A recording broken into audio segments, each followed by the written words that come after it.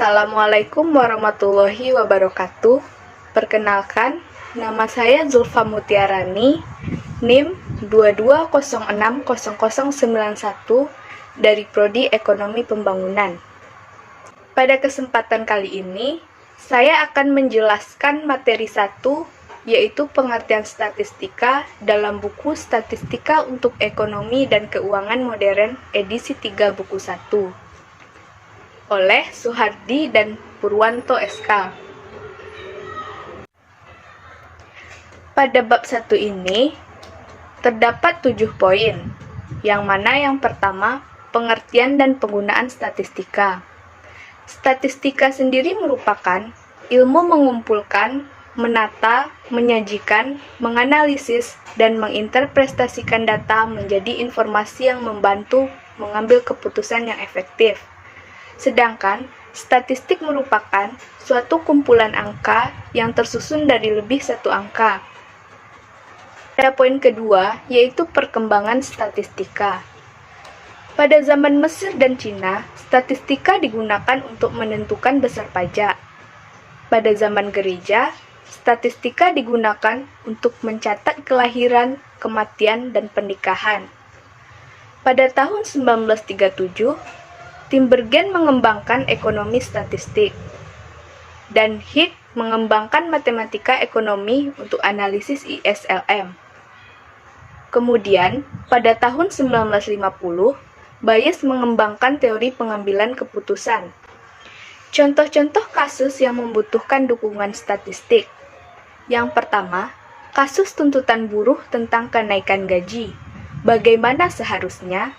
Yang kedua, perekonomian Indonesia tidak efisien. Ini terjadi pada sektor mana? Yang ketiga, penggalakan investasi di Indonesia. Sektor mana yang dipilih? Dan yang terakhir, setiap produsen memberikan garansi atas barangnya. Berapa produksi yang akan ditingkatkan? Untuk memahami bagaimana statistika bekerja, dapat didalami dengan contoh berikut, yaitu pada tabel 1.1. Tabel ini menunjukkan data saham perusahaan otomotif dan komponennya yang diperoleh dari data Bursa Efek Indonesia pada tanggal 11 November 2013. Yang mana pada tabel tersebut terdapat 7 kolom. Kolom yang pertama yaitu kode, merupakan kode perusahaan di Bursa Efek Indonesia. Yang kedua, previous, yaitu harga saham per lembar pada saat penutupan hari sebelumnya. Yang ketiga, open, yaitu harga pertama kali pada saat pembukaan sesi pertama. Yang keempat, high, yaitu harga tertinggi suatu saham pada hari tersebut. Lalu, low, yaitu harga terendah. Close, yaitu harga penutupan saham pada sesi kedua. Change, yaitu selisih antara harga pembukaan dengan harga terakhir. Dan yang terakhir, volume, yaitu jumlah transaksi saham pada hari itu. Dari data di atas, merupakan masih data mentah dan belum memiliki makna. Maka, untuk mengelola data tersebut, dapat dilakukan dengan menggunakan distribusi frekuensi, dan disajikan dalam diagram poligon seperti gambar di samping. Pada grafik poligon tersebut, dapat memberikan informasi bahwa sebagian besar harga saham perusahaan berada di interval kelas kedua. Harga saham rata-rata adalah Rp3.131 per lembar, dengan 40% perusahaan berada pada kisaran harga saham antara Rp1.833 sampai Rp3.472. Apabila kita ingin membeli saham dari 10% perusahaan tersebut, maka terdapat pada kisaran harga Rp5.111 sampai Rp6.750. Dan ada satu perusahaan yaitu ASI atau Astra International Tbk. Selain harga saham yang menunjukkan nilai suatu perusahaan, data pada tabel 1 dan 1 dapat diolah lagi untuk memberikan informasi yang berguna. Misalnya, volume transaksi di BEI yang menggambarkan harga saham atau informasi mengenai naik turunnya harga saham. Begitulah statistika bekerja, mulai dari mengumpulkan, mengelola, menyajikan, dan menganalisis serta menginterpretasikan data. Poin selanjutnya yaitu penggunaan statistika. Penggunaan statistika pada manajemen berupa masalah yang dihadapi yaitu penentuan struktur gaji, persaingan, dan tunjangan karyawan.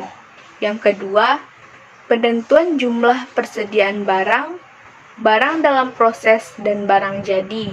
Yang ketiga, evaluasi produktivitas karyawan. Yang keempat, evaluasi kinerja perusahaan. Pada akuntansi, masalah yang dihadapi yaitu penentuan standar audit barang dan jasa, penentuan diapresiasi dan apresiasi barang dan jasa, dan analisis rasio keuangan perusahaan. Pada pemasaran, masalah yang dihadapi yaitu penelitian dan pengembangan produk, analisis potensi pasar, segmentasi pasar, dan diskriminasi pasar.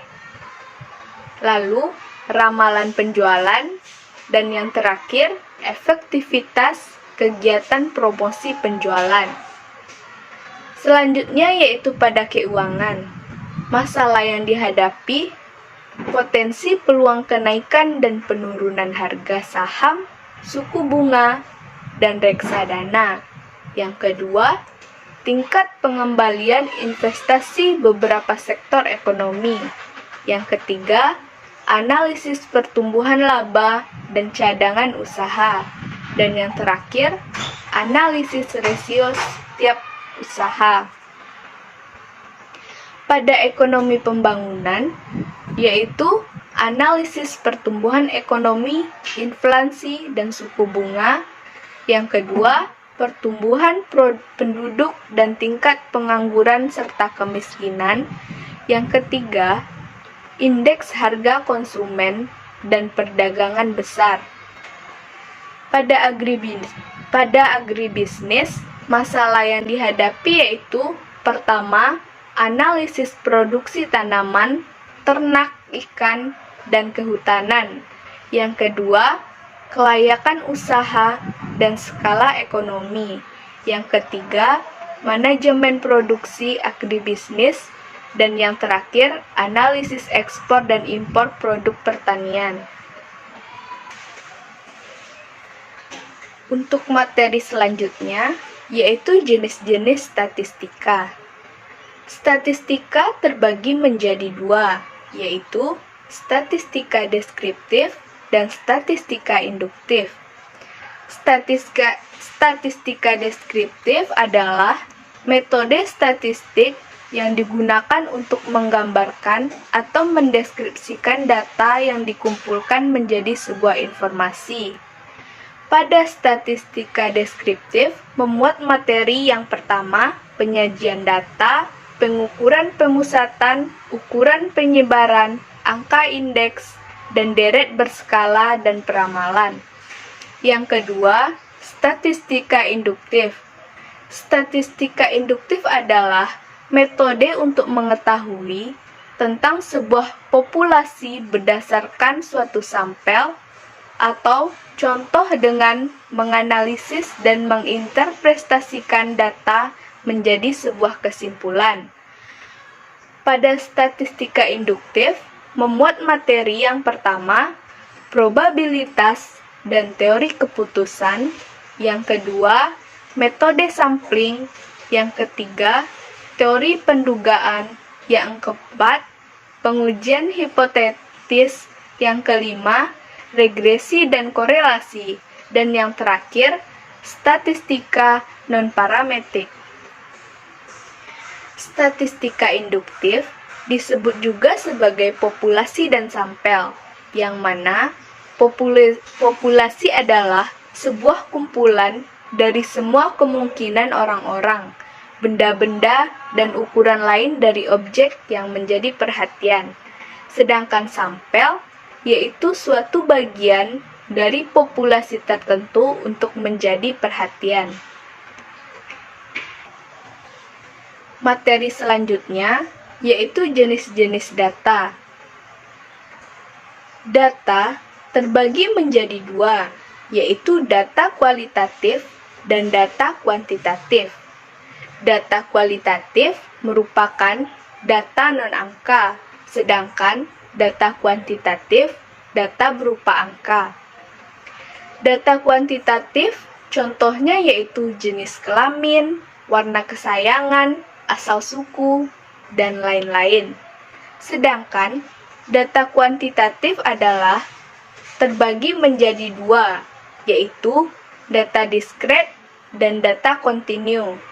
Data diskret adalah data kuantitatif yang nilainya khusus dan merupakan hasil perhitungan serta biasanya berupa bilangan bulat. Sedangkan data kontinu yaitu merupakan nilainya menempati semua interval pengukuran. Hasil perhitungan biasanya berupa pecahan dan bilangan bulat. Contoh dari data diskret yaitu jumlah mobil, jumlah staf, dan jumlah TV. Contoh data kontinu yaitu berat badan, jarak kota, luas rumah, dan lain-lain.